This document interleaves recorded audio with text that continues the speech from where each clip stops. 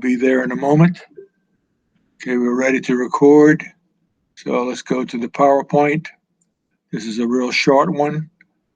So we have T3 lab and lecture are up. They're due Sunday at 11:45 p.m.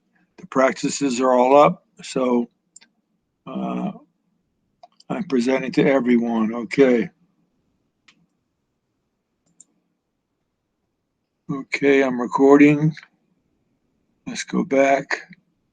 Okay, so these are all the hormones produced throughout the body. We'll go through most of them. Your job is to know where hormones are produced and what they do. So, first thing, hormones are released in the blood. So, hormones have to get to a particular gland. So, thyroid stimulating hormone from the pituitary has to stimulate the thyroid.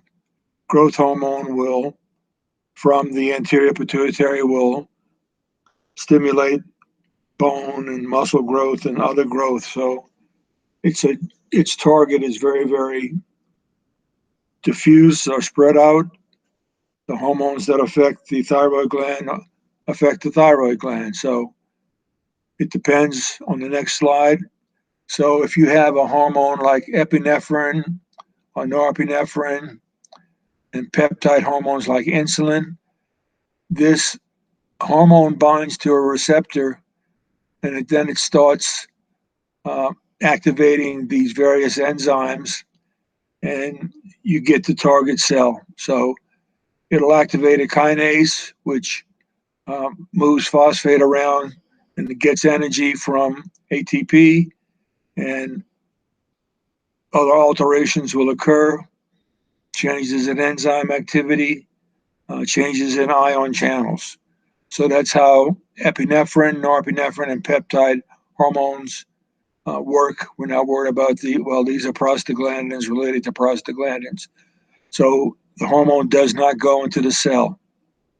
The next slide shows that steroid hormones like estrogen and testosterone and uh, thyroid hormones go into the cell and the complex is formed, and these complexes uh, change gene activity. The thyroid hormones will do the same thing. So the thyroid hormones go into the cell because they're lipid soluble. So these are two ways that hormones can cause their effect. So the pituitary gland has a front and a back, or anterior and posterior. Okay, hormones are secreted by this gland. In the posterior pituitary, the hormones are produced in the hypothalamus and transmitted to the posterior pituitary where they're released. So we have somebody coming in. Okay, admit. Okay, so we need endocrine system. So the hypothalamus is the controls the pituitary. In the anterior pituitary, growth hormone, thyroid stimulating hormone, other hormones are produced in the anterior pituitary, and there are releasing factors that cause them to be released. In the posterior pituitary, the production of ADH, antidiuretic hormone, and oxytocin are produced in the hypothalamus and released after transfer from the posterior pituitary. So oxytocin is involved in stimulating the birth process, and it also helps maintain and establish the bond between mother and baby. Okay, so let's keep going. Well, let's look at these. So regulatory hormones are produced in the hypothalamus.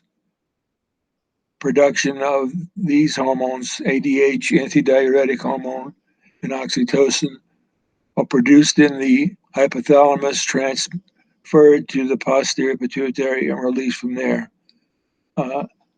There's also release from the sympathetic nervous system of I'm sorry, hold on there. Epinephrine and norepinephrine, and those are released from the adrenal gland by direct sympathetic nerve activity that terminates in the adrenal medulla. So the pituitary gland is located at the base of the hypothalamus, and it has anterior and posterior. It's very close to the optic chiasm where the optic nerve crosses on its way back to the visual cortex.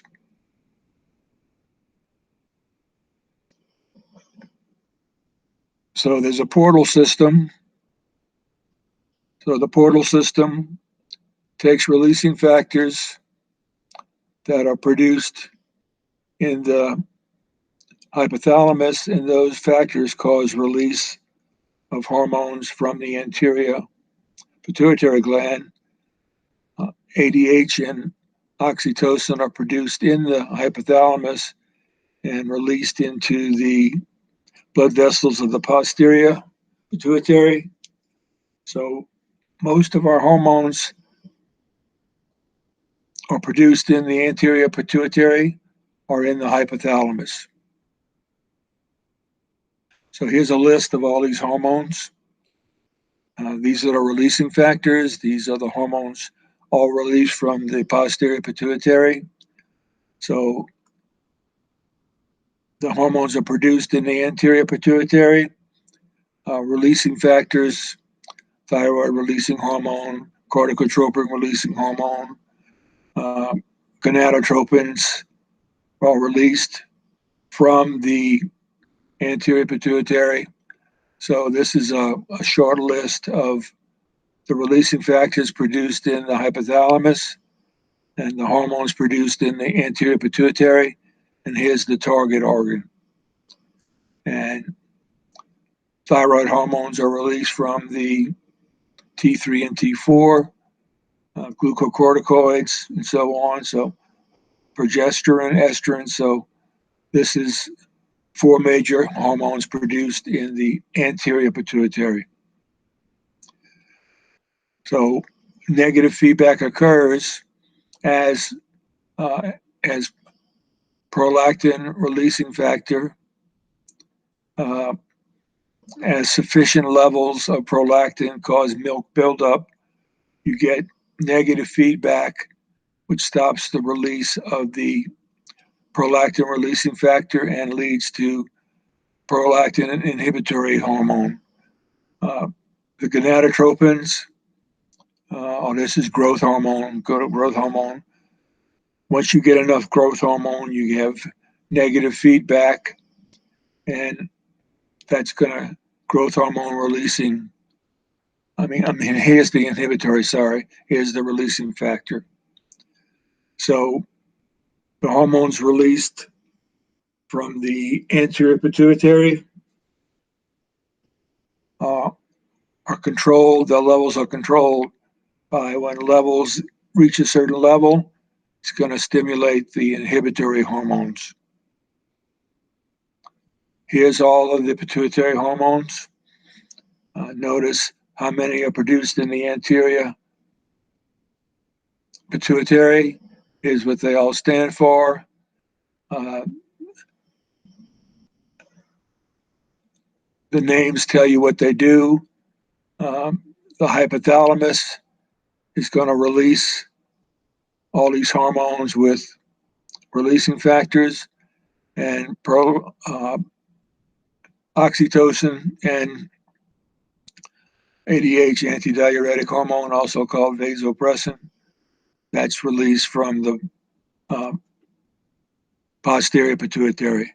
So this is a good summary to look at the target organs, the hormones produced in the pituitary gland. Okay, where's the thyroid gland? It's near the thyroid cartilage, below the thyroid cartilage here. And the thyroid hormone produces T3 and T4.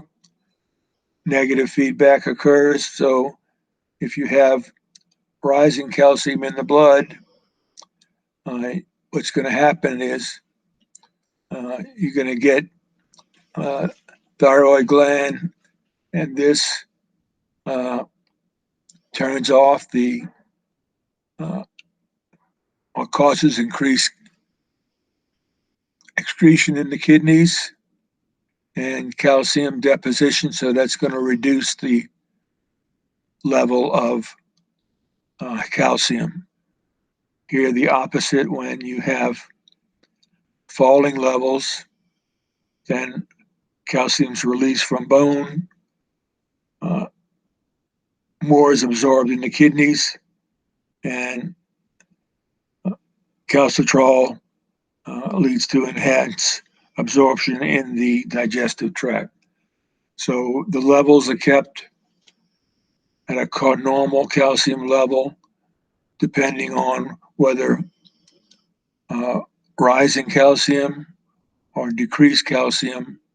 The negative feedback is going to cause different activities for rising to get it back to normal, and for falling levels to get it back to normal. The parathyroid glands are on the back of the thyroid. They produce parathyroid hormone. So hormones of the thyroid gland and parathyroid glands. There's T3 and T4. There's calcitonin. So T3 and T4 affect energy production and oxygen consumption. Calcitonin decreases calcium concentration, and the parathyroid increases calcium concentration. And all of these systems are based upon negative feedback. When the homeostatic levels are reached, production of calcium or decrease in production of calcium is taken care of by negative feedback.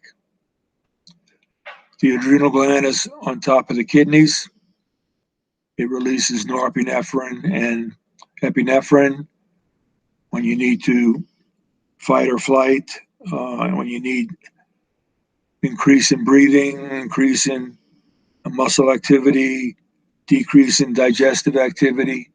So this adrenal glands receive nerves directly from the in the sympathetic system. So the adrenal gland has a cortex and a medulla.